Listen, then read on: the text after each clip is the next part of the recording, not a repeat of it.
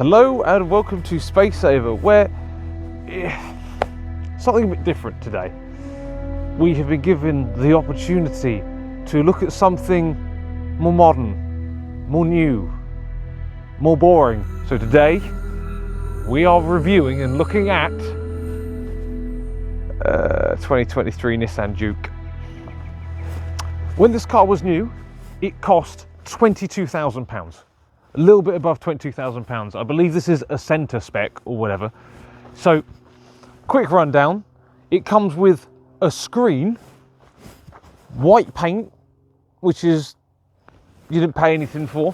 It's got this ridiculous looking Nissan badge. I'm sorry, I don't like this. I don't like that at all. But if we look at the front of this, I think we can all agree this is by far better looking than the last generation Nissan Juke. I'll say that now, it is better looking. I'm not saying I like it. It's a bit more muscular. It's got these massive just bulges in a bonnet where it's got a 1 litre turbocharged 3-cylinder. Why does it need bulges in the bonnet? Daytime run lights are here, main headlights are down here and down here, which actually when it's on look quite nice. I'll give it that. Can't imagine changing the bulbs or headlights or any fun, but for £22,000 you've got steel wheels. Now, if I'm paying 22 grand for a car and it comes on steelies, I'm going to be upset. I am not the target demographic for this car. Sam, my friend who has unfortunately had to be given this, is not the demographic for this car. We are car enthusiasts. We like feeling in the steering wheel. We like a good amount of power. We like a car with character. So far, I haven't yet found any, but I shall do my best to try and think like the demographic of who want it, such as normal people. Someone who'd walk into a showroom and put their money down on finance, put a deposit down, pay it monthly. It's just an everyday car, an A to B, they don't care. And if you look at it from that way, it's actually not a bad car. Oh, it's French design, it's over this side. Also, this is not a Nissan. Let's actually no, it is, because Nissan did the design and then the French did everything else. It's like that old Nissan that was designed by Nissan, yet Alfa Romeo did the engine, electrics and underpinnings. Why would they do such a thing? Anyway, this is, as me and Sam are used to, a Renault engine.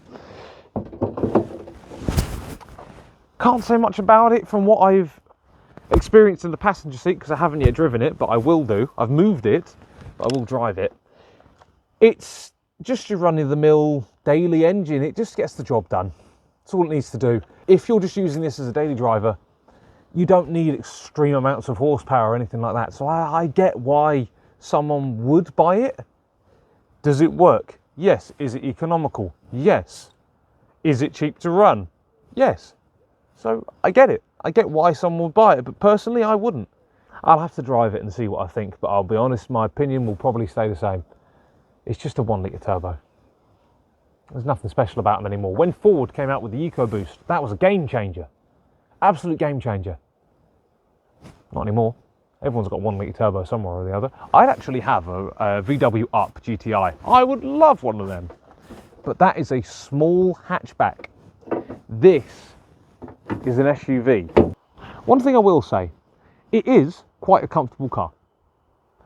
Until you hit a bump. When you hit a bump, it becomes a bit crashy and you feel it go through the whole car. But it's comfortable to use every day.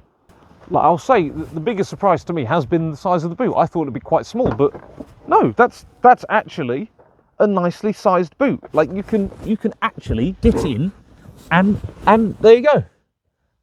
See, it's all good. Oh, close it. I'm all good. Ah, so this is what it feels like to be kidnapped. Hi. I've just realised there's a very big load lip. Also, you can hear the car like underneath me. It's just modern, isn't it? There's just sharp lines and edges and just looks a bit bulbous, and that's kind of it.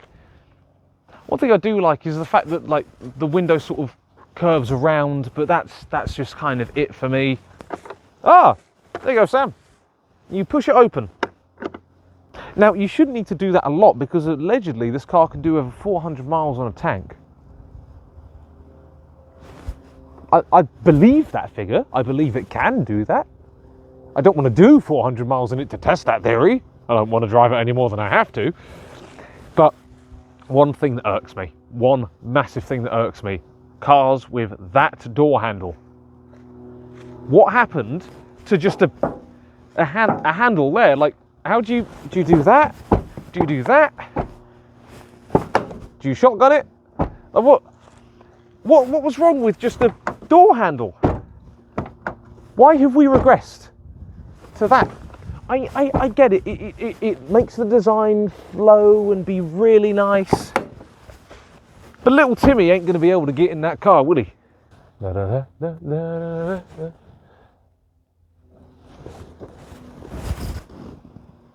was a spider on the cow. Hi. It's quite tinny. Doesn't sound quality, does it? £22,000 There a Land Rover or Range Rover is far more expensive. Buy that. No, don't. It'll be in the workshop every other day. So, the interior. I'll be honest, I do like the design. It has some soft touch materials on top of the dash and on this door card, and where you rest your arms, it's quite nice. So on the higher spec cars, there would be an armrest here, but because it's a lower spec, there isn't. Also, no leather on the steering wheel. This is a very basic car, and it doesn't come with, it comes with the basic features you would need, or like standard safety equipment. Now, the steering wheel itself is a nice design. You have lots of buttons, lots of things to press. So you've got volume, general control, skip track, everything. Things I do like, I like the analog dials, they look very standard, but I also do like the central infotainment where you can get your figures. Oh, sorry, correction, so 39.7 mpg. The infotainment system itself, big no, I do not like it. However, Android Auto.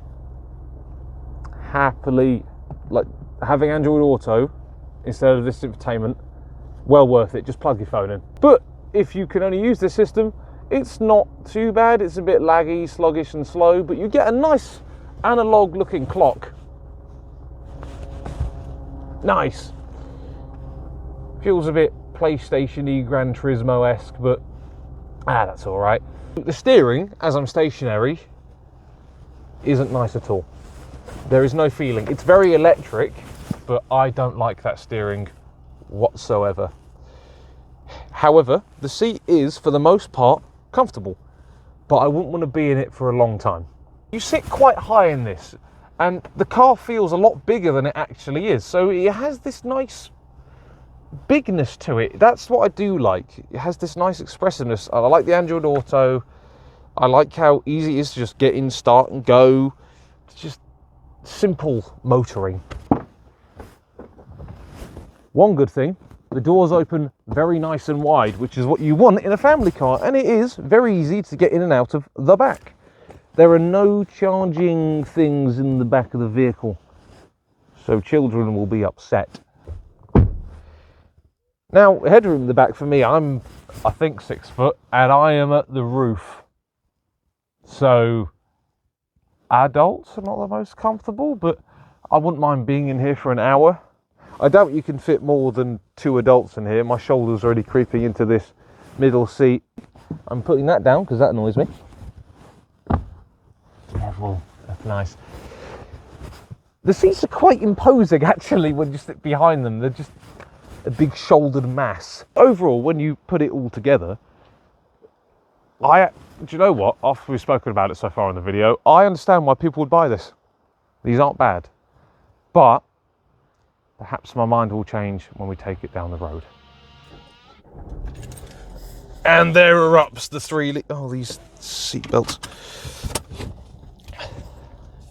Right, first impression of driving this. Let's go. And the clutch is strange. See how good the turning circle is.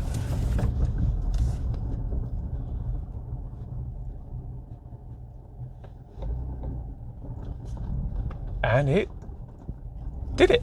Solid. Right then. We'll head this way. I've stalled it again. The suspension is bouncy, is how I describe that. But the view from outside the front is very good. It is very comfortable, I'll be honest. There's a slight bit of wind noise from the pillars. The gearbox is soft. It's soft and squishy, but it's not difficult to use at all. Now, 10 seconds 0 to 60 is good for daily traffic. It's not bad at all. I much rather prefer a car that does it in 8 seconds or less, but that's just my own choice. I'm sure on motorways and stuff, it's not bad at all. I'm sure it's very easy to hunker up and drive. But, you know, it's just a okay family car. It's like most modern cars. It's just a modern car, really. It's got all the safety features. It's got all the commodities you want. It's comfortable enough. It's well priced. Bleh. Just bleh.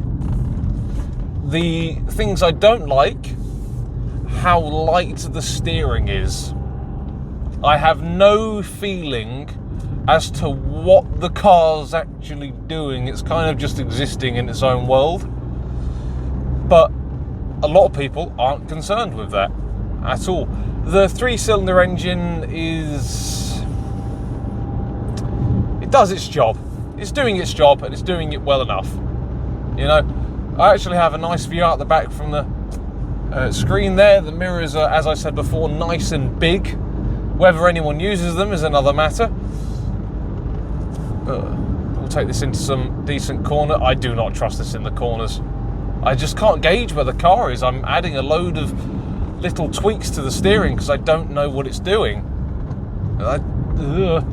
It's also very wallowy in the corners. It's not a car you drive quickly or enthusiastically. It's just a car that sort of exists. You just hop in it, you take the kids to school, and then you go to work, and then rinse and repeat. It just does its daily job until you eventually trade it back in and get something else. That's kind of it, really. It does its job.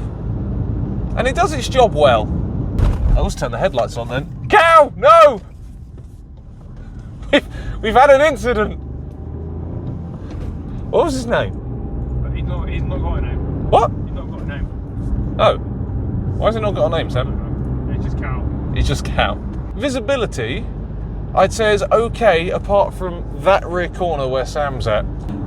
The Nissan Juke, a car that does its job. So that's really all there is to the Nissan Juke. It's not a bad family car. To me, I don't like it.